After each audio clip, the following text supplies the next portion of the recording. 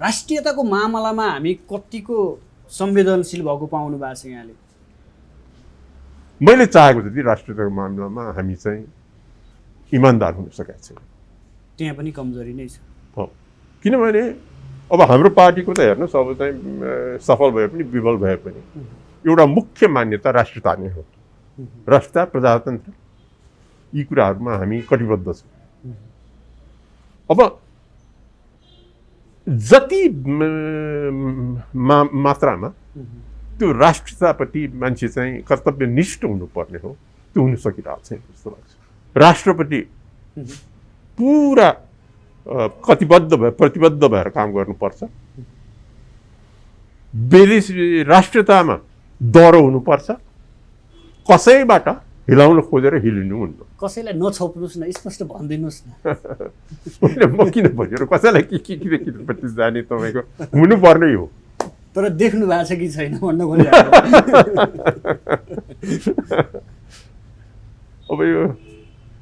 अब केही हदसम्म होइन, मैले जसो हुनुपर्छ भनेपछि भइरह भए त त्यति हुनुपर्छ भन्नु पर्दैन थियो होला नि। चुरेमा गएर गिट्टी बालुवा उठाउने काम गर्न दिने हो भने व्यापार घाटा कम गर्ने रे क्या। यस्तो व्यापार घाटा मुलुकको माटै जम्मै बाहिर फालेर चुरेलाई नाश गरेर अनि त्यहाँबाट व्यापार घाटा कम हुने के मतलब पुग्यो? सकिन्छ अब नयाँ पुस्तालाई पार्टी नेतृत्व दिन? अब पहिला अब 3 जना अध्यक्ष छ होइन, पहिला त्यसैमा के हुन्छ पनि हेरौँ। अब महाधिवेशन आउँदैछ, त्यो बेलासम्म ठेगाल्नु होला नि कुरा। त्यही पनि मनसाय हुन्छ नि, यहाँको मनसाय के छ भन्न खोजेँ, मैले बुझ्न खोजेँ। मैले ठेगान गरिसकेको छैन। अझै पनि पार्टीभित्र बसौँ, काम गरौँ भन्ने नै छ यहाँलाई पनि, नेतृत्वमै बसेर?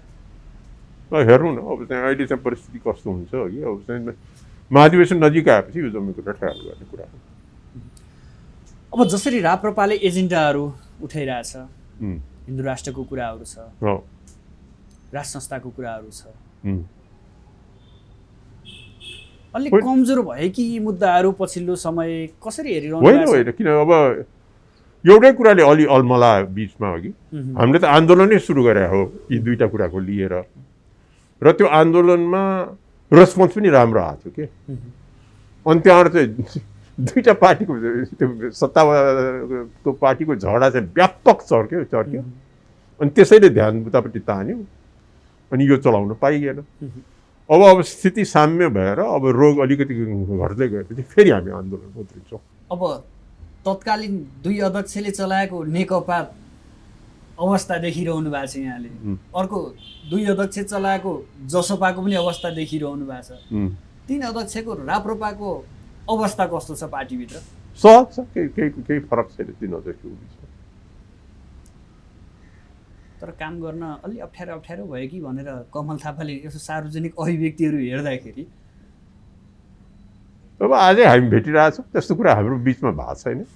केही कुरा परेदेखि त अब हामी भेटिरहेको बेलामा भनिहाल्नुहुन्छ नि। मैले चाहिँ कहिले त्यो ट्विटर स्विटरमा लेखेको कुरा सबै कुरालाई त त्यत्रो बहुमानी दिनुपर्ने अवस्था देखियो। ओके, पनि उहाँले लेखेका कुराहरू यहाँले पनि हेर्नु भएको छ? देखाएको छ, किन नदेख्नु? तपाईँले अप्ठ्यारो पारिदिनु भयो 2 अध्यक्षले भन्ने मनसाय देखिन्छ क्या त्यसमा। अब आजै भेटेछ, म सोधौँला नि तपाईँले राखेको गठबन्धन जसमा 5 वटा पूर्व प्रधानमन्त्री हुनुहुन्छ, एकातर्फ केपी शर्मा ओली हुनुहुन्छ, यो गठजोडलाई यहाँले कसरी हेर्नु भएको छ?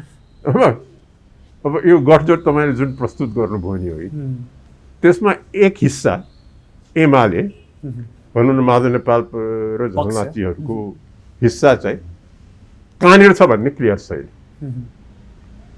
एकतिर गठबन्धनमा पनि छ, अर्कोतिर एमाले एक हुनुपर्छ भनेर पनि बसिरहेको छ। दुई सुर त्यही समूहमा छ कि। उहाँ ठ्याक्कै बुढा नीलकण्ठ पनि पुग्न सक्नु भएको छैन, बालुवाटारभित्र छिर्न पनि सक्नु भएको छैन। ठिक भन्नुभयो तपाईँले। त्यसैले गठबन्धन कति कसिलो छ भन्न गाह्रो छ अहिले। इमान र धर्मको कुरा चाहिँ खोज्यो भने चाहिँ पाउनु गाह्रो छ। किन यस्ता भयो होला यी दलहरू? किन भयो म भन्न सक्दिनँ अघि, तर भएको देख्दाखेरिमा मलाई चाहिँ दिक्क लाग्छ।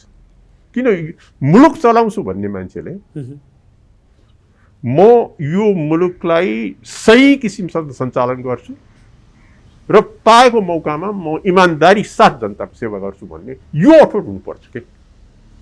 यो अठोट भएन भने किन राजनीति गर्छ? देख्नुहुन्छ कोही? म त्यसभन्दा त होइन, मैले दुर्लभ छ भने त्यति नै छोडौँ। त्यति नै काफी छ।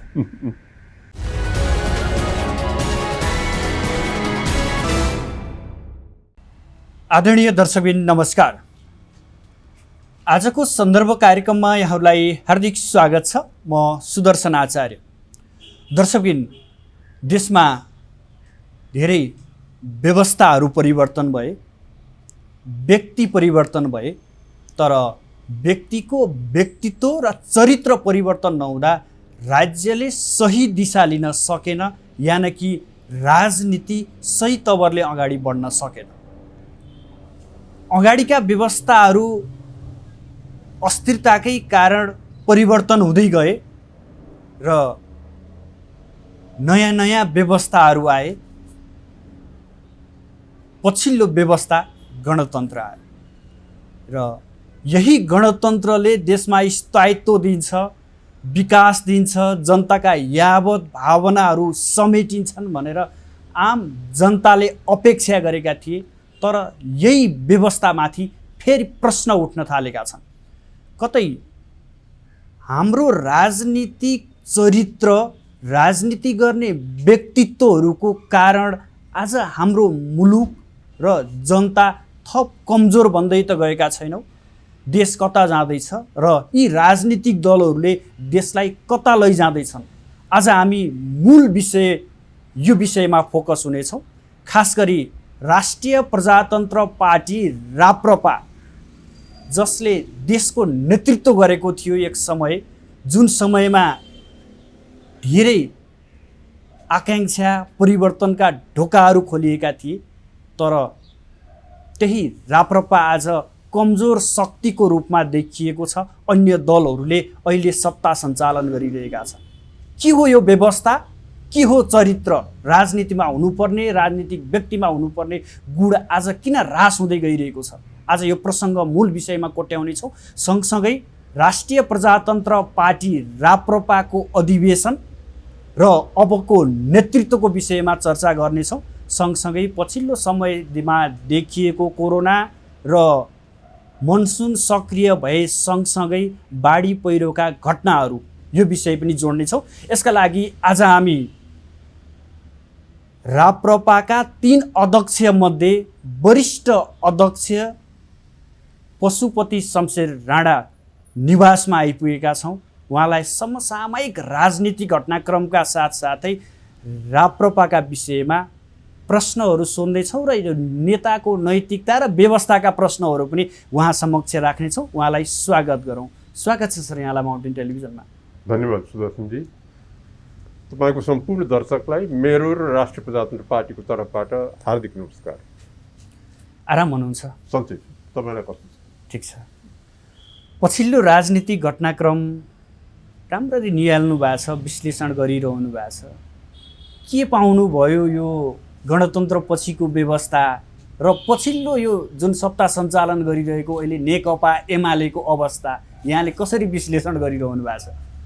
म दुई पक्षमा तपाईँको ध्यान आकृष्ट गर्न चाहन्छु।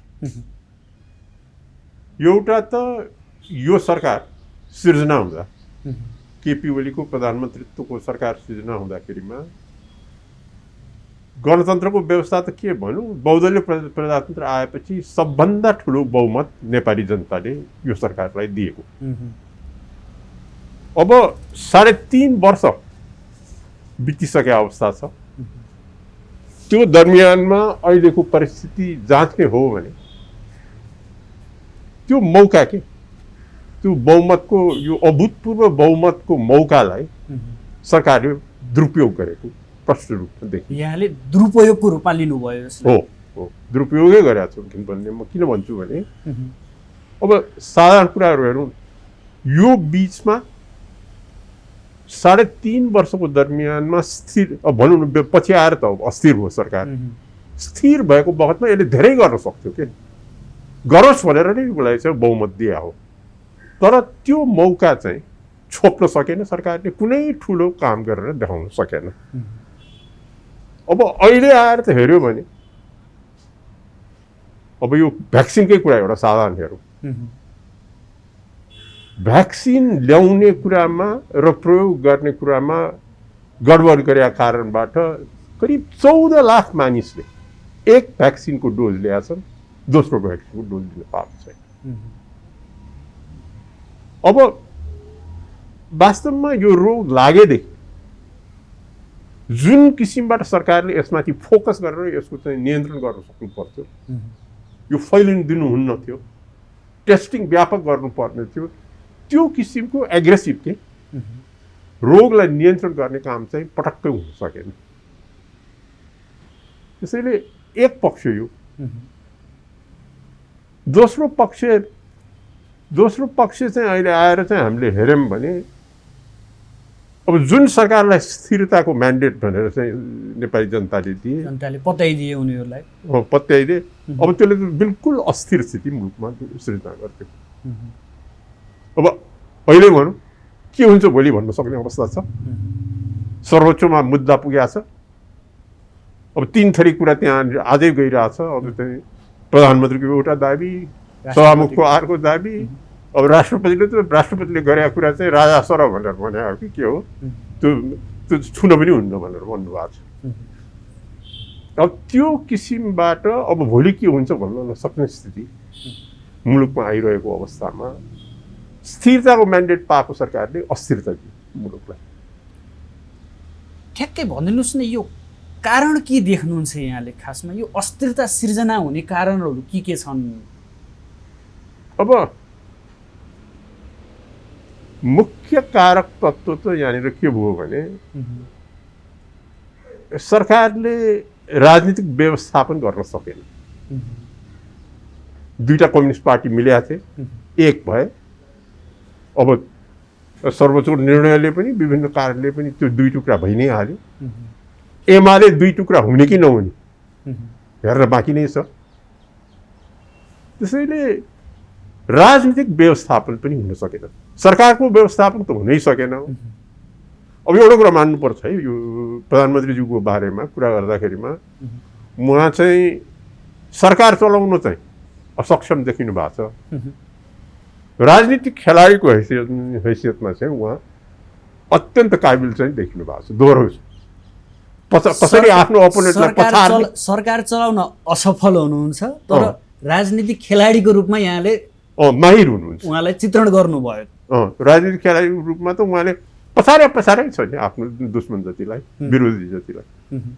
त्यसैले यो 2 पक्ष उहाँको हेर्न लायक छ के। तर निको त राज्य हुनुपर्ने होला नि, दल पार्टी व्यक्ति भन्दा त होइन र? होइन, जरुरै हो नि। त्यो हिसाबले त मुलुकपट्टि जिम्मेवारी बहनु भएको छ। राज्य त सरकारमा पुगेपछि मुख्य काम के त? राजनीतिक खेलाडी बन्ने मात्रै त होइन, सरकार चलाउनै हो। सरकार चलाउनु पर्ने हो, मुलुक व्यवस्थापन गर्नुपर्ने हो, विकास गर्न सक्नुपर्ने हो। यी जम्मै कुराहरू भएन भने चाहिँ त कहाँबाट हुन्छ? यो भन्दै गर्दा एकापट्टि प्रधानमन्त्री अथवा नेकपा अध्यक्ष केपी शर्मा ओली हुनुहुन्छ, अर्कोपट्टि कङ्ग्रेसका सभापति शेरबहादुर देउवाको नेतृत्वमा एउटा गठबन्धन बनाएको छ, जसमा नेकपा एमाले भित्रका साथीहरू पनि हुनुहुन्छ, जसपा भित्रका पनि हुनुहुन्छ, माओवादी केन्द्र पनि छ। यो गठबन्धन जसमा 5 वटा पूर्व प्रधानमन्त्री हुनुहुन्छ, एकातर्फ केपी शर्मा ओली हुनुहुन्छ, यो गठजोडलाई यहाँले कसरी हेर्नु भएको छ? अब यो गठजोड तपाईँले जुन प्रस्तुत गर्नुभयो नि है, त्यसमा एक हिस्सा एमाले भनौँ न माधव नेपाल र झलनाथजीहरूको हिस्सा चाहिँ कहाँनिर छ भन्ने क्लियर छैन। एकतिर गठबन्धनमा पनि छ, अर्कोतिर एमाले एक हुनुपर्छ भनेर पनि बसिरहेको छ। दुई सुर त्यही समूहमा छ के। उहाँ ठ्याक्कै बुढालिनकण्ठ पनि पुग्न सक्नु भएको छैन, बालुवाटारभित्र छिर्न पनि सक्नु भएको छैन। ठिक भन्नुभयो तपाईँले। त्यसैले गठबन्धन कति कसिलो छ भन्न गाह्रो छ अहिले। यसले राजनीतिक स्थायित्व दिन्छ र? अब हेर्नुहोस्, राजनीतिक स्थायित्वको हिसाबबाट हेर्ने हो भने त्यो त बिल्कुलै राजनीतिक स्थायित्वको हिसाबबाट यत्रो ठुलो स्थायित्वको मौका पाएर त्यो त लिक्विडेटै गरियो कि क्यासियरै गरियो त्यसलाई।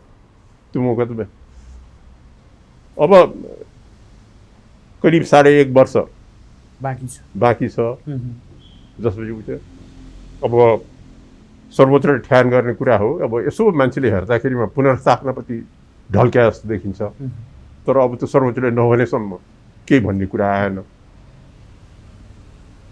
अब त्यो पछि ठ्याक्कै के हुन्छ भन्ने कुरा चाहिँ एमाले भित्र के हुन्छ भन्ने कुरामा धेरै निर्भर गर्छ। एमाले भित्रको विवाद साम्य भयो भने राजनीति पनि केही बाटो लेला भन्ने यहाँको अपेक्षा होइन। स्थायित्वको हिसाबले मात्र होइन, के कुन दलले जित्छ के एमाले एकै रहन सक्यो भने अब प्रधानमन्त्रीको सरकारले निरन्तरता पाउँछ। एमाले एक रहन सकेन र अब चाहिँ त्यो अहिले तपाईँले उल्लेख गर्नुभएको गठबन्धन कायम रह्यो, त्यो गठबन्धन कायम रहेको खण्डमा शेरबहादुर प्रधानमन्त्री पक्कै पनि सर्वोच्च अदालतमा सुनवाई प्रक्रिया जारी छ। त्यसको निर्णय आइसकेपछि सर्वस्वीकार्य त्यो मान्नै पर्नेछ। सर्वोच्च निर्णय नस्वीकारेर अरू के गर्न सकिन्छ र त्यसको त विकल्पै छैन। तर त्यो भन्दै गर्दा यहाँ त सर्वोच्चमाथि पनि प्रश्न उठाउन थालियो। कसरी हेर्नुहुन्छ यहाँले एउटा सर्वोच्च जस्तो निकायमाथि नेताहरूले आफ्नो फोकस गर्न थाल्ने, आफ्ना व्यक्ति विचारहरू मात्रै त्यहाँ लान्न खोज्ने एउटा प्रवृत्ति देखियो, यसलाई यहाँले कसरी हेर्नुहुन्छ? यो दुर्भाग्य हो के तपाईँको। अब प्रजातन्त्रको तीन निकाय हुन्छ नि, कार्यकारिणी, अब न्यायिक निकाय र पार्लियामेन्ट। यो तीनटाको सेपरेसन अफ पावर्स के त्यो नै एउटा मुख्य आधार हो। त्यसैले सर्वोच्चलाई चाहिँ राजनीतिबाट अक्षुण्ण राख्नुपर्छ। सर्वोच्चको निर्णयलाई सबैले मान्नुपर्छ। तर देखियो अब अहिले सुरुमा तपाईँले भनेको कुरामा म एकचोटि जान चाहन्छु। बिस्तारै के हरेक संस्था कमजोर भएर गएको देखिन थालेको छ। अब एउटा संस्थाको अहिले चाहिँ कुरा गरौँ न, राष्ट्रपति, त्यहाँ पनि प्रश्न उठ्न थालिसकेको छ। व्यापक प्रश्न उठेको छ त्यहाँ। राष्ट्रपतिको काम कारबाही पहिल्यैदेखि एक दलतिर झुक्छ भन्ने मान्छेको चाहिँ दृष्टिकोण थियो, किनभने दलको प्रतिनिधि दलप्रति झुक्छ, स्वाभाविक छ। अब आएर त दलभित्रको एउटा फ्याक्सन के एक पक्षतिर झुक्या जस्तो देखिन्छ। त्यसैले राष्ट्रिय प्रजातन्त्र पार्टीले सुरुदेखि भन्दै आएको कुरा ठिक छ, प्रजातान्त्रिक संस्थाको रूपमा जे जति गर्नुपर्छ प्रजातान्त्रिक संस्थाहरू चाहिँ हुँदै जाओस्, तर राष्ट्रपतिको भूमिका चाहिँ निष्पक्ष हुनुपर्छ। त्यसैले त्यो राष्ट्रपतिको संस्थामा दलको प्रतिनिधि होइन, पुरानो संस्था राज संस्थालाई नै ल्याउनु उचित हुन्छ भनेर हामीले चाहिँ दाबी गरे। यो त बडो जायज ठहरियो जस्तो लाग्छ। हजुर, यो पार्टीको प्रसङ्ग म एकैछिनपछि कोट्याउँछु। हुन्छ। प्रतिनिधि सभा विघटन भएको छ, वर्तमान सरकारले नै 2 पटक गरिसक्यो हो। चुनावको मिति पनि घोषणा गरिरहेछ। दुईटै गरेछ।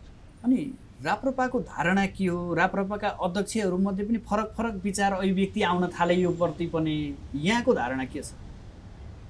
पनि खासै फरक धारणा, राप्रपाको अलग धारणा यो मामलामा छैन। राष्ट्रिय प्रजातन्त्र पार्टीले अहिलेको कुरालाई हेर्दाखेरिमा एउटा त मैले अघि भने जस्तै राष्ट्रपतिको संस्था निष्पक्ष हुन सकेन, त्यसैले चाहिँ त्यसलाई चाहिँ राज संस्थाबाट पुनर्स्थापित गर्नुपर्छ भन्ने एउटा दृष्टिकोण छ। अब जहाँ तक अहिलेको अवस्थाको बारे कुरा छ, अब मलाई लाग्छ 3 अध्यक्षमा त्यस्तो कुनै फरक पर्छ। जस्तै कमल थापाको कुरा गर्ने हो भने उहाँले निर्वाचनमा जानु नै उत्तम विकल्प हो भन्ने किसिमको अभिव्यक्ति दिनुभएको छ। यो भन्दै गर्दा एउटा बहुमत प्राप्त गरेको, जनताको म्यान्डेट प्राप्त गरेको सरकारले आफ्नो कार्य अवधि छँदै प्रतिनिधि सभा विघटन गर्नु, त्यो पनि संविधानका कानुनका कुराहरूलाई उल्लङ्घन गर्नु, जसलाई प्रतिनिधि सभा फेरि सर्वोच्चले उल्ट्याइदियो पनि त्यो निर्णयलाई। यो हुँदै गर्दा राप्रपाले यो कदम सही छ भनेर भन्नु कति जायज हुन्छ भन्ने प्रश्नमा मैले यहाँलाई सोध्न मलाई लाग्दैन कमलजीले त्यो किसिमबाट भन्नुभएको हो। तपाईँले जुन किसिमबाट व्याख्या गर्नुभएको छ, उहाँले अब सर्वोच्चको निर्णय जे हुन्छ उहाँले स्वीकार्नुहुन्छ। यसो हुनुपर्छ। उहाँले त विघटन हुनुका केही दिनभित्रै यो अभिव्यक्ति दिनुभएको थियो। निर्वाचन सुरुमा दिनुभएको थियो। निर्वाचनमा जानु सही निर्णय छ भनेर उहाँले भन्नुभएको थियो। होइन, अब त्यो त अब प्रजातन्त्रमा बस्ने मान्छेले निर्वाचन जानुहुन्न भनेर कहिले भन्छ? त्यो त भिन्दै कुरा हो। तर राष्ट्रिय प्रजातन्त्र पार्टीले सर्वोच्चको निर्णयलाई सहर्ष स्वीकार गर्छ। जे हुन्छ त्यो स्वीकार्य छ। 3 अध्यक्ष हुनुहुन्छ, पार्टी सञ्चालन गरिरहनु भएको छ। अब तत्कालीन 2 अध्यक्षले चलाएको नेकपा अवस्था देखिरहनु भएको छ यहाँले। अर्को 2 अध्यक्ष चलाएको जसपाको पनि अवस्था देखिरहनु भएको छ। 3 अध्यक्षको राप्रपाको अवस्था कस्तो छ पार्टीभित्र? सहज छ, केही फरक छैन 3 अध्यक्षको बिचमा। तर काम गर्न अलि अप्ठ्यारो भयो कि भनेर कमल थापाले यसो सार्वजनिक अभिव्यक्तिहरू हेर्दाखेरि अब आजै हामी भेटिरहेछौँ, त्यस्तो कुरा हाम्रो बिचमा भएको छैन। केही कुरा परेदेखि त अब हामी भेटिरहेको बेलामा भनिहाल्नुहुन्छ नि। उहाँले चाहिँ कहिले कहिले त्यो ट्विटर स्विटरमा लेखेको कुरा सबै कुरालाई त त्यत्रो बहुमत बहुमानी दिनुपर्ने अवस्था देखियो। ओके पनि उहाँले लेखेका कुराहरू यहाँले पनि हेर्नु भएको छ? देखा किन नदेख्नु? तपाईँले अप्ठ्यारो पारिदिनु भयो 2 अध्यक्षले भन्ने मनसाय देखिन्छ क्या त्यसमा। अब आजै भेटेछ, म सोधौँला नि तपाईँले राखेको। अब कसरी अगाडि बढ्ने? महाधिवेशन पनि हुन सकेन। महाधिवेशन त अब के निर्णय हुन्छ सर्वोच्चको अघि? चुनावकै निर्णय भयो भने अब हुन त यो बेला चुनावको लागि राम्रो बेला होइन। अब त के हुन्छ रोगबाट? अब हिन्दुस्तानमा हेऱ्यौँ भने चुनावहरू हुँदाखेरिमा दोस्रो वेभलाई स्वागत गरियो। त्यसैले अहिले चुनाव चाहिँ यो रोग फैलिएसम्म त्यति उपयुक्त काम चाहिँ होइन जस्तो लाग्छ, होइन? तर अब सर्वोच्च निर्णयलाई पर्खौँ। त्यो निर्णयले जुन अब पुनर्स्थापना भयो भने अब महाधिवेशन गर्न केही बाधा भएन, होइन? कार्तिक मङ्सिरतिर गर्न सकिएला। तयारी थाल्नु भएको छ महाधिवेशनको? होइन, तयारी त पहिल्यैदेखि सुरु भयो। त्यही पनि यसले गर्न सकिन्छ कि भनेर केही छलफलहरू 3 अध्यक्ष बिच, अन्य पदाधिकारीहरू बिच भएका छन् कि छैनन् पछिल्लो समय? अब हामीले चाहिँ त्यो अब लकडाउन सुरु भएपछि हामीले गर्ने भने 2 महिना 1 महिना अगाडि जस्तो गर्ने भनेर हामीले निर्णय गरेका थियौँ। त्यसलाई त पोस्टपोन गरिहाल्नु पर्यो। अब कहिले हुने भनेर ठेगान गरेका छैन। साधारणतया हेर्दाखेरिमा चाहिँ अब रोगको पनि अवस्था हेर्नुपर्छ अघि। अब रोग सामान्य भएर गयो भने मङ्सिर कार्तिकतिर चाहिँ अब चुनाव भएन भने मङ्सिर कार्तिकतिर कार्तिक मङ्सिरसम्म सम्भव छ भन्न खोज्छु। यसो भन्दै गर्दा राप्रपामा पनि अब नेतृत्वको पुस्तान्तरणको प्रसङ्गहरू पनि थोरै उठ्न थालेका छन्। हो, उठेको छ। कसरी हेर्नुहुन्छ यहाँले? अब त्यो महाधिवेशन अलि नजिक आएसम्म ठ्यान होला नि। कुनै न कुनै किसिमबाट गर्नुपर्ने कुरा हो त्यो। 3 अध्यक्षमध्ये 1 अध्यक्षले भन्नुभएको छ अब छोडिदिउँ हामी 3 जनै, अब नयाँ पुस्ता आउनुपर्छ, नयाँ पुस्ताले पार्टी चलाओस्, हाम्रो कतै न कतै भूमिका पनि हुन्छ भनेर उहाँले अभिव्यक्ति गर्नुभएको छ एउटा कुनै सञ्चार माध्यममा। मैले पनि हेरेको थिएँ उहाँले बोलेको कुरा। उहाँले 2टा दाबी गर्नुभएको छ कि अब मैले र कमलजीले चाहिँ धेरै दिन चाहिँ अध्यक्ष पद चलाएँ, त्यसैले उहाँले नै पाउनुपर्छ पहिला भन्ने उहाँको दाबी छ। के गरी तिनैजनाले नचलाउने कुरामा पुग्यो भने उसलाई पनि दियो हुन्छ। पहिलो प्राथमिकतामा तपाईँलाई इङ्गित गर्नु भएको छ? मलाई होइन, पहिलो प्राथमिकतामा आफैलाई इङ्गित गर्नु भएको छ हो। त्यसपछि हामी म होइन भने हामी 3 जना भन्दा अलग व्यक्ति ल्याउँ भनेर मनसायले दिन खोज्नु हो, बोल्नु भएको छ। तर त्यो अन्तर्वार्ता हेर्दाखेरि पहिला दाबी आफ्नै लागि हो जस्तो लाग्छ। आफ्नै दाबी सकिन्छ अब नयाँ पुस्तालाई पार्टी नेतृत्व दिन? अब पहिला अब 3 जना अध्यक्ष छ, होइन? पहिला त्यसैमा के हुन्छ पनि हेरौँ। अब महाधिवेशन आउँदैछ, त्यो बेलासम्म ठेगान होला नि कुरा। त्यही पनि मनसाय हुन्छ नि, यहाँको मनसाय के छ भन्न खोजेँ, मैले बुझ्न खोजेँ। मैले ठेगान गरिसकेको छैन। अझै पनि पार्टीभित्र बसौँ, काम गरौँ भन्ने नै छ यहाँलाई पनि, नेतृत्वमै बसेर? हेरौँ न अब चाहिँ अहिले चाहिँ परिस्थिति कस्तो हुन्छ कि अब चाहिँ महाधिवेशन नजिक आएपछि यो जम्मै कुरा ट्रायल गर्ने कुरा हो। अब जसरी राप्रपाले एजेन्डाहरू उठाइरहेछ, उम्, हिन्दू राष्ट्रको कुराहरू छ, हो, राष्ट्र संस्थाको कुराहरू छ, उम्। अलिक होइन। कमजोर भयो कि यी मुद्दाहरू पछिल्लो समय कसरी हेरिरहनु होइन भएको छ? होइन किन अब एउटै कुराले अलि अलमला बिचमा हो कि हामीले त आन्दोलनै सुरु गरे हो यी दुईटा कुराको लिएर, र त्यो आन्दोलनमा रेस्पोन्स पनि राम्रो आएको थियो कि। अनि त्यहाँबाट चाहिँ दुईटा पार्टीको त्यो सत्ताको पार्टीको झगडा चाहिँ व्यापक चर्क्यो अनि त्यसैले ध्यान उतापट्टि तान्यो अनि यो चलाउन पाइएन। अब स्थिति साम्य भएर अब रोग अलिकति घट्दै गएपछि फेरि हामी आन्दोलनमा उत्रिन्छौँ। पक्कै पनि देशव्यापी रूपमा कार्यक्रम पनि हजुरहरूले चलाउनु भएको थियो, एउटा अभियानकै रूपमा अगाडि बढिरहेको थियो। हो हो। सक्रियता कस्तो पाउनु भएको थियो त्यहाँ? होइन यो दुईटा मुद्दामा रेस्पोन्स असाध्यै राम्रो आएको थियो।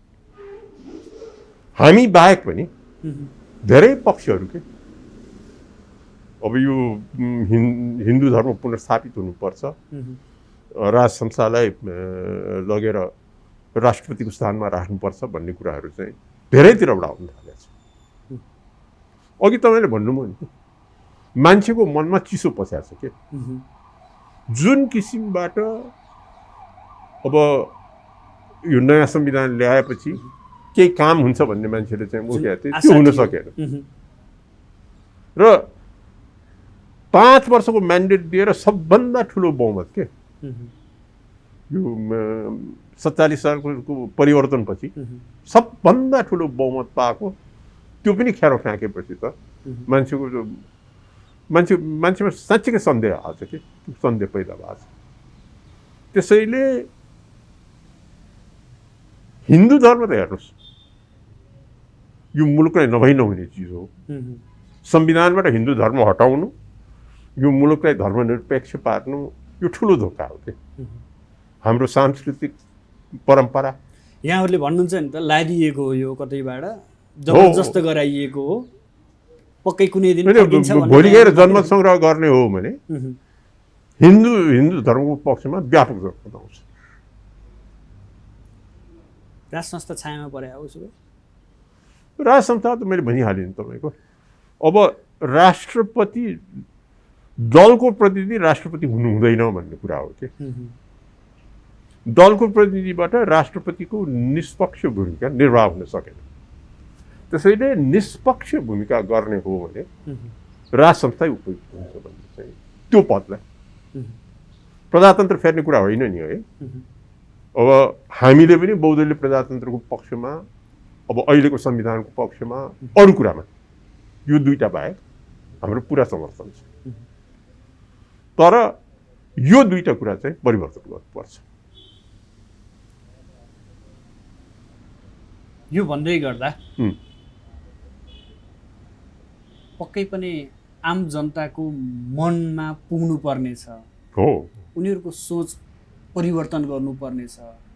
त्यहाँ जाने कसरी, तिनीहरूको मानसिकता चेन्ज गरेर होइन हामीलाई त हिन्दू राष्ट्रै ठिक रहेछ, राष्ट्र संस्थै ठिक रहेछ भन्ने त्यो मगज भर्न हामी कसरी गर्ने त्यो कुरालाई? भने त्यो त यो कुरा राखेर जनताको पक्षमा जाने हो, निर्वाचनकै प्रक्रियालाई प्रयोग गर्ने हो, आन्दोलनकै प्रक्रियालाई प्रयोग गर्ने हो, जनमत यसको पक्षमा परिचालन गर्ने।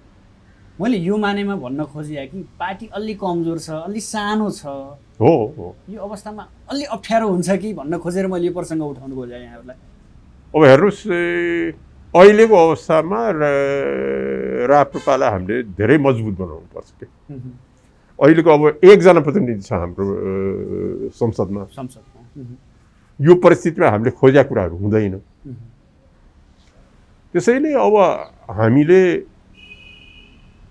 आफ्नो बल हामीले चाहिँ धेरै सशक्त बनाउनु पर्छ र हाम्रो पहुँच जनतामा धेरै बनाउनु पर्छ। राप्रपालाई लाग्ने एउटा आरोप पछिल्लो समय यो राजनीतिक अलि गन्जागोल छ, यही बेलामा मौका खेलौँ, हिन्दू राष्ट्र र राज संस्था पुनर्स्थापना गर्न अलि जोडबलले लागौँ भनेर लागेको छ पनि भन्छन्, यो सत्य हो?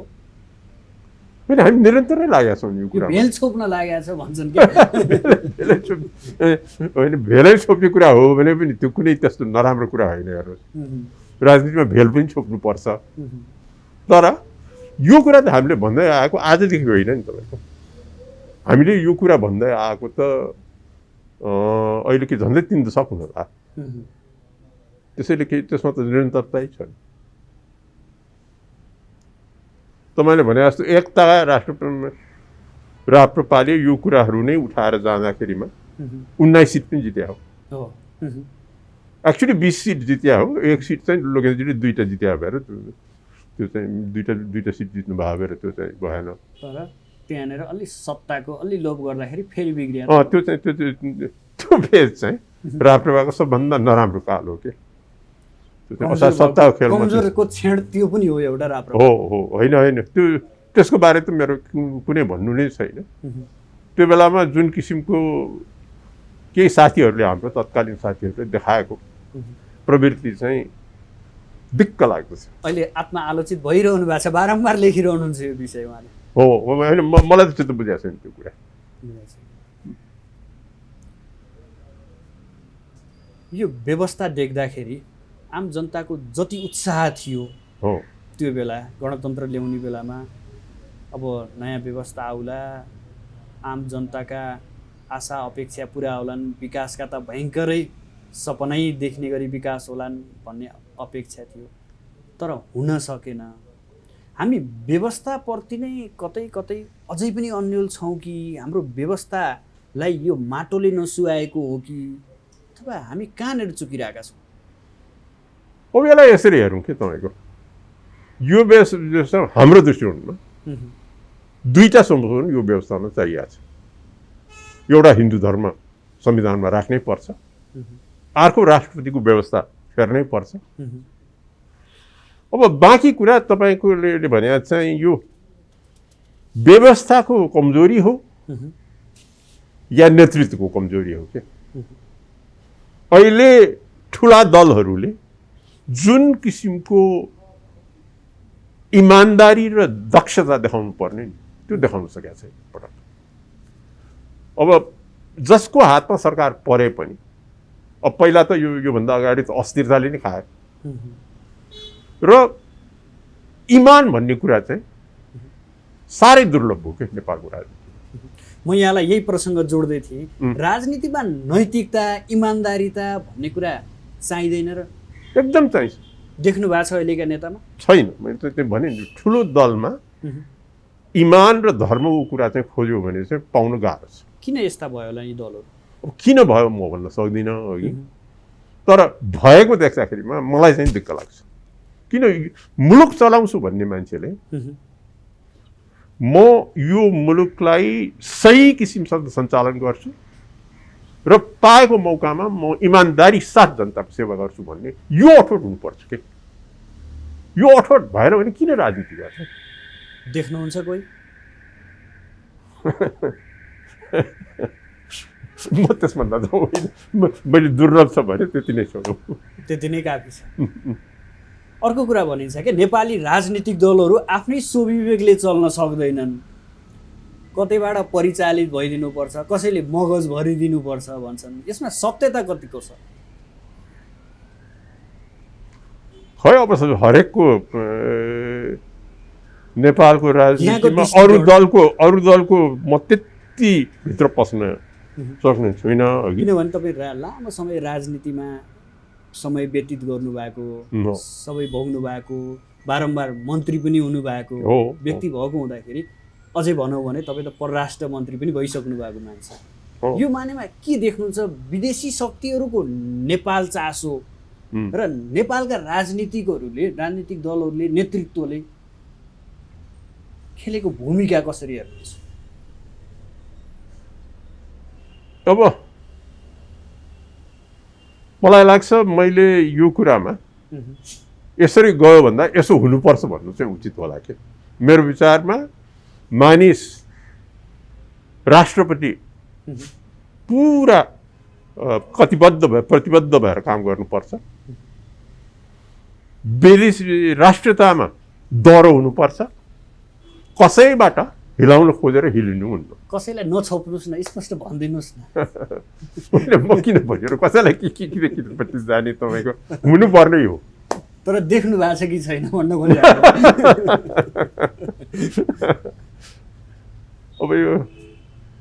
अब केही हदसम्म होइन, मैले जसो हुनुपर्छ भनेपछि भइरह भए त त्यति हुनुपर्छ भन्नु पर्दैन थियो होला नि। ठिक छ भनिहाल्थेँ नि भन्नु। सम्बन्ध कस्तो छ हाम्रो देशको बाह्य देशहरूसँग सम्बन्ध कस्तो पाउनु भएको छ? जब तपाईँ परराष्ट्र मन्त्री हुँदाखेरिका सम्बन्धका आयामहरू कस्ता हुन्थे र अहिलेका सम्बन्धका आयामहरू कस्ता छन्?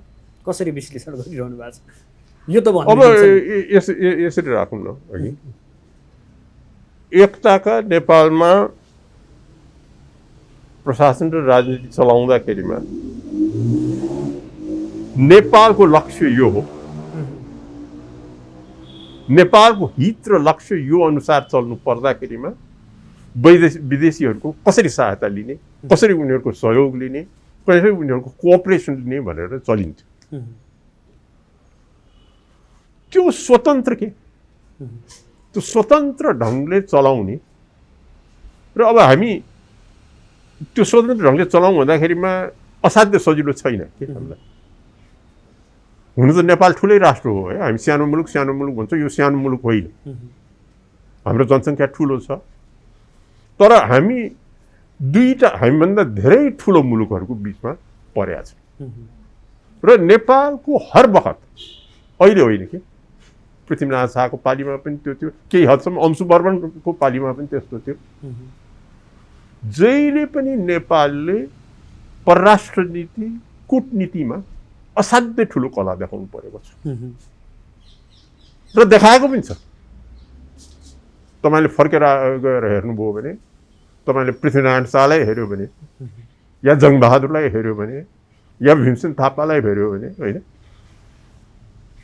त्यस्ता मानिसहरू, त्यो बेलाका मानिसहरूले कुटिल कूटनीति गर्न सकेका थिए। त्यो साख त हामीले जोगाउन सकेका छैनौँ, स्पष्टै छ। तर राष्ट्रियताको मामलामा हामी कतिको संवेदनशील भएको पाउनु भएको छ यहाँले? मैले चाहेको जति राष्ट्रियताको मामलामा हामी चाहिँ इमान्दार हुन सकेका छैन। त्यहाँ पनि कमजोरी नै छ। हो, किनभने अब हाम्रो पार्टीको त हेर्नुहोस्, अब चाहिँ सफल भए पनि विफल भए पनि एउटा मुख्य मान्यता राष्ट्रियता नै हो। राष्ट्रियता, प्रजातन्त्र, यी कुराहरूमा हामी कटिबद्ध छौँ। अब जति मात्रामा त्यो राष्ट्रियताप्रति मान्छे चाहिँ कर्तव्यनिष्ठ हुनुपर्ने हो, त्यो हुन सकिरहेको छैन जस्तो लाग्छ। कमजोर बन्दैछ मुलुक। अब कमजोर बन्दैछ मुलुक त नभनौँ, बनाइँदैछ। मान्छेले जति इमान्दारी साथ मुलुकको सेवा गर्नुपर्ने हो त्यो हुन सकेको छैन। ठुला दलहरूमा चाहिँ कता कता दलीय स्वार्थ अहम भएर गएको, या कहीँ त फ्याक्सनल स्वार्थ पनि अहम भएर गएको, मुलुकपट्टि कर्तव्यनिष्ठ हुने कुराहरू, प्रशासनमा दह्रो किसिमले चलाउने कामहरू, परराष्ट्र नीतिमा जुन किसिमको एउटा असाध्य एजिलिटी देखाउनु पर्छ भन्छ नि तपाईँ, त्यो देखाउन सक्ने कुराहरूमा त्यो देखिया छ।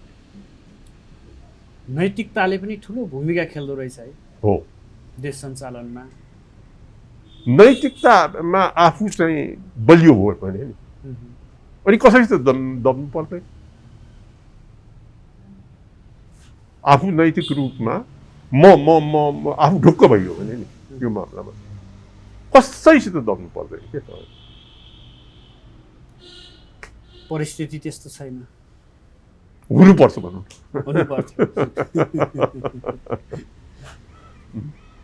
अब थोरै यो तपाईँ पूर्व अर्थमन्त्री भएको हिसाबले पनि हो, म बडो छोटो समय अर्थमन्त्री भएको, भन्नुहोस् न त्यो। यो पछिल्लो आर्थिक वर्षको बजेट जुन अर्थमन्त्री विष्णु पौडेलले सार्वजनिक गर्नुभयो, यो बजेटप्रति यहाँको धारणा के छ यो पनि बुझौँ न। मलाई लाग्छ उहाँले उहाँले अलिकति महत्त्वाकांक्षी बजेट बनाउनु भएको छ कि अब एउटा कुरा एमाले के हुन्छ भने पपुलिस्ट स्लोगन्सहरूमा वृद्ध भत्ता बताइदिने कोलाई के दिने त्यो चाहिँ यस्तो कुरामा चाहिँ उनीहरू बाठो हुन्छन् कम्युनिस्टहरूले पपुलर बजेट ल्याउँछ पपुलर लोकप्रिय सस्तो लोकप्रियता काम चाहिँ हुन्छ अब मुलुकलाई सञ्चालन गर्ने अब अहिलेको अवस्थामा नि मुख्य च्यालेन्ज के हो भने हाम्रो अर्थतन्त्र धेरै कमजोर भएको छ कि अहिले संसारमै कमजोर भएको छ यो हाम्रो मात्र कुरा होइन जहाँ चाहिँ अब एउटा चीन एउटा चाहिँ अपवाद हो चाँडै त्यो उनीहरूले निप्ट्याए र उनीहरूले अर्थतन्त्रमा पनि राम्रो प्रगति गर्न सके नत्र अधिकांश मुलुकमा अहिले यो कोभिडले गर्दाखेरिमा त्यो अर्थतन्त्र उचाल्ने किसिमको बजेट ल्याउनु पर्ने अवस्था छ त्यो मूल समस्याप्रति त्यति चाहिँ सरकारले गर्न सके जस्तो लाग्छ त्यसभित्रको एउटा प्रसङ्गलाई जोड्न मैले भूमिका मात्रै बाँध्न खोजेँ यहाँ भन्नुहोस् न उहाँले बुधा 199 मा यो गिटी बालुवा ओहो त्यो त साँच्चीकै नराम्रो काम यो मुलुकको अब त्यो चुरेमा गएर गिट्टी बालुवा उठाउने काम गर्न दिने हो भने व्यापार घाटा कम गर्ने रे क्या यस्तो व्यापार घाटा मुलुकको माटै जम्मै बाहिर फालेर चुरेलाई नाश गरेर अनि त्यहाँबाट व्यापार घाटा कम हुने के मतलब पुग्यो देश विकसित बनाउने रे माटो बेचेर गिटी बेचेर होइन यो चाहिँ असाध्य रद्दी कदम यसले मुलुकलाई ठुलो दुर्भाग्य ल्याउँछ यो चाहिँ गर्नै नहुने काम गर्नुभएको यहाँको आपत्ति छ यो विषय यसमा एकदम ठुलो आपत्ति छ अब थोरै यहाँले सुरुमा पनि प्रसङ्ग उठाउनु भएको थियो कोरोनाको प्रसङ्ग उठाउनु भएको थियो राज्यले आफ्नो दायित्व पुरा गरेको अनुभव यहाँले गर्नु भएको छ यो समयमा छैन कोरोनाको बुझमा कोरोनालाई नियन्त्रण गर्ने कोरोनासित जुझ्ने कोरोनाबाट चाहिँ मानिसहरूलाई चाहिँ मुक्त गराउनलाई कसरी अगाडि बढ्ने भन्नेमा सरकारबाट दह्रो कदम चाल्न सकिन्छ यही कुराभित्र अनियमितताका हो त्यो पनि आएको छ अनियमितता भयो भन्ने आएको छ के भयो भने अब अहिले कुरा उठिरहेछ अब त्यो के त्यो चाइनाबाट भ्याक्सिन ल्याउने भने आएको छ त्यो डिस्क्लोजर गर्नुहुन्न अरे कस्तो डिस्क्लोजर गर्नु नहुने कुरा सार्वजनिक नगर्ने रे बाहिर कसैलाई जानकारी नगराउने त्यो अचम्मको कुरा हो यो सरकारले कुनै चिज खरिद गर्छ भने लुकाएर खरिद गर्नुहुन्छ डिस्क्लोजर नगर्ने भने त लुकाउने हो कुरा किन होला त्यो त्यसैले त्यो के अनौठो कामहरू हुन्छन् के नेपालमा फेरि खुला भनिहाल्छ सबैलाई डिस्क्लोजर गर्न नहुने दफा राख्ने भनेर डिस्क्लोजर नहुने दफा राखेर चाहिँ किन्ने भनेपछि नगर्ने भनेर सार्वजनिक गरिरहेछ हामीले त गर्दैनौँ हामीले कति खरिद गर्दैछौँ कहाँबाट कसरी खरिद गर्दैछौँ भन्ने कुरा त हामीले सार्वजनिक गर्दैनौँ भन्ने शब्दलाई सार्वजनिक गरिरहेछ गर्नुपर्ने कुरालाई चाहिँ सार्वजनिक गरिरहेको छैन भन्न खोज्नुभयो होइन डिस्क्लोजर नगरेपछि त तपाईँको कुन दरमा किन किनियो कसरी किनियो भन्ने त थाहा भएन अब त्यो त जानी के जानी होइन तपाईँले कुनै कदम चाल्नुहुन्छ भने आर्थिक कदम तपाईँले किन्ने गर्ने काम गर्दाखेरिमा त नेपाली जनताको अगाडि मैले यतिमा किनेँ यसरी किनेँ भनेर भन्न सक्नुपर्छ नत्र कसरी तपाईँले किने तपाईँले किनेको कुरा इमान साथ भयो भनेर कसरी भन्ने अब त्यो लुकाएरै गर्छु भनेर चाहिँ नलुकाइ गर्नै नहुने लुकाएपछि त ठाडै त तलमाथि भयो भन्ने कुरा आउँछ अब हामी लगभग अन्ततिर पनि छौँ अहिले मौसम अलि छिटो सक्रिय भयो त्यसका कारण 1-2 दिनभित्रैको अवस्थालाई हेर्ने हो भने धेरै देशका धेरै क्षति भइसकेको छ तपाईँको गृह जिल्ला हो सिन्धुपाल्चोक निर्वाचन क्षेत्रमा ठुलो जनधनको क्षति पुग्यो जहाँ तपाईँ पुगेर पनि आउनु भएको छ हो त्यहाँको अवस्था कस्तो छ दयनीय अवस्था छ तपाईँको त्यो मेलम्ची बजारको अवस्था हेर्ने हो भने तपाईँको अब म पुगेकै दिनमा अत्यन्त ठुलो क्षति भयो एकजना व्यक्तिको 4 घर गएको छ एकजना व्यक्तिको 3 घर गएको छ अब खेतीपाती गर्ने जमिन त तपाईँको त्यो माथिदेखि तलसम्म जम्मै खेत बगाएको छ पुल कतिवटा गए भनेर साध्य चाहिँ एउटै के गर्न सकियो भने त्यो माथि छुनिया रहेछ। म त माथि मुहानतिर पहिरो गयो भन्ने कुराहरू ठुलो पहिरो तपाईँको त्यो मेलम्चीको त्यो इन्टेक छ त्योभन्दा 2 किलोमिटर जति माथि होला एउटा भयानक पहिरो गएको छ। त्यो भयानक पहिरो त्यो जुरेको पहिरो जस्तै छ के अब त्यो त अनकन्टा ठाउँ छ फेरि त्यहाँ कोही पुग्न त्यहाँ बस्ती सस्ती त्यहाँनिर छैन के त्यो ठाउँमा ठुलो गएको छ। अब त्यो फुटेर आएको पछि पक्कै पनि अनि अर्को दिन म त त्यहाँ पुगेर फर्केँ हो कि भोलिपल्ट पनि पानी चाहिँ नराम्रोसित बगेर थप थप खेती हुँदै गइरहेको छ। पक्कै पनि त्यहाँ 100औं परिवार विस्थापित भएको अवस्था छ। के अरे 100औं परिवार विस्थापित भएको अवस्था छ। त्यहाँ राहत र उद्धारका कामहरू गर्नुपर्ने छ, असाध्य धेरै गर्नुपर्नेछ।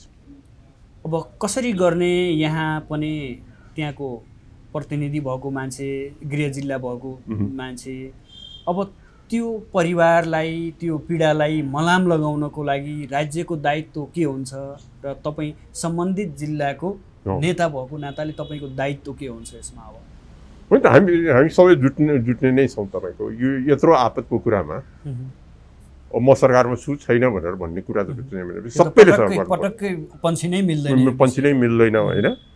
तर यो क्षति यति ठुलो छ कि मुख्य काम चाहिँ सरकारले गर्नुपर्ने अवस्था किन छ भने अब पुल बनाउनु पर्यो। कसले बनाउनु? तपाईँले कुरा राख्नु भएको छ सरकार समक्ष आएपछि? मैले एक राउन्ड कुरा गरिराखेका छौँ। अब चाहिँ कसरी प्रोसिड गर्ने अहिले हामीले के गरिरहेका छौँ त्यहाँनिर भने एउटा सर्वदलीय समिति पनि त्यहाँनिर बनाएको छ ताकि सबै चिजहरू समन्वय होस् भनेर। अब यो किसिमबाट राहत गर्ने, यो किसिमबाट सहयोग गर्ने, यो किसिमबाट त्यहाँनिरको पुलहरू निर्माण गर्ने, अब सबै कुरा के अब यो खानपानको इन्टेकै धेरै जस्तो भएको छ। त्यो सबै कुरामा गर्न चाहिँ एउटा ठुलो योजना चाहिन्छ के मामुली योजना एउटा मास्टर प्लान जस्तै बन्नुपर्छ। साधारण तरिकाले यो हल हुन सक्दैन। पक्कै पनि त्यहाँका जनताले राहत पाउनेछन्। मलम लगाउनको लागि तपाईँहरू हामी सबै अग्रसर भएर लाग्नुहुनेछ, यो अपेक्षा हामीले पनि गरेका छौँ। होइन तपाईँको सही अपेक्षा हो। यो मामलामा हामी सबै जुट्छौँ। अब अन्तमा भनिदिनुहोस्, सबैतिरबाट घुम्दै जाँदा राज्यको मूल नीति राजनीतिमै कुरा अड्किन्छ धेरै कुराहरू। अबको निकास के हो र मुलुक सही बाटोमा हिँड्नको लागि के आवश्यक छ र कसरी हिँड्नुपर्छ? हेर्नुहोस्, सबभन्दा ठुलो कुरा राजनीतिक नेतृत्वमा इमान चाहियो। इमानदारिता पहिलो प्राथमिकता। धेरै जस्तो कुरा फुस्किएको यहाँनिर त्यो इमान दुर्लभ हुँदामा हो। दोस्रो कुरा प्रष्ट भिजन चाहियो। यो मुलुकलाई म यसरी बनाउँछु, त्यो बनाउनको लागि 1 2 3 4 म यसरी काम गर्छु। एउटा क्लियर भिजन हुनुपर्छ के मान्छेको। त्यो दुईटा कुरा भएर त्यही बमोजिम सङ्गठन गर्न सकियो भने अगाडि बढ्छ। त्यसो गर्न सकियो भने मात्रै मुलुकले निकास पाउँछ। हो, यतातर्फ राप्रपा लागेर अगाडि बढ्छ। होइन, राप्रपाले गर्न सक्ने गर्छ। राप्रपाले मात्र गरेर पनि हुँदैन। यो कुरा सबै दलमा लागु हुनुपर्छ। हस्, यहाँको आफ्नो महत्त्वपूर्ण समय र महत्त्वपूर्ण विचारको लागि यहाँलाई विशेष आभार। तपाईँलाई पनि धन्यवाद। आदरणीय दर्शकबिन, आज हामी कार्यक्रम आजको सन्दर्भभित्र रहेर पछिल्लो मुलुकको राजनीतिक अवस्था, राजनीतिक व्यवस्था र व्यवस्थाभित्र खेलिरहेका पात्र र उनीहरूको भूमिकाको विषयमा चर्चा गऱ्यौँ र समग्र राजनीतिलाई सही दिशामा डोर्याउनको लागि कस्ता किसिमका पात्रहरू आवश्यक पर्छ र कसरी गरियो भने हामी सफल हुन सक्छौँ यो विषय पनि कोट्याउने प्रयास गऱ्यौँ, जसको लागि राष्ट्रिय प्रजातन्त्र पार्टीका अध्यक्ष पशुपति शमशेर राणा निवासमा आएका थियौँ र उहाँसँग हामी अन्तरङ्ग कुराकानी गऱ्यौँ। भोलि पुनः नयाँ विषयवस्तु र नयाँ अतिथिका साथ उपस्थित हुनेछौँ। आजलाई भने बिदा दिनुहोस्। नमस्कार।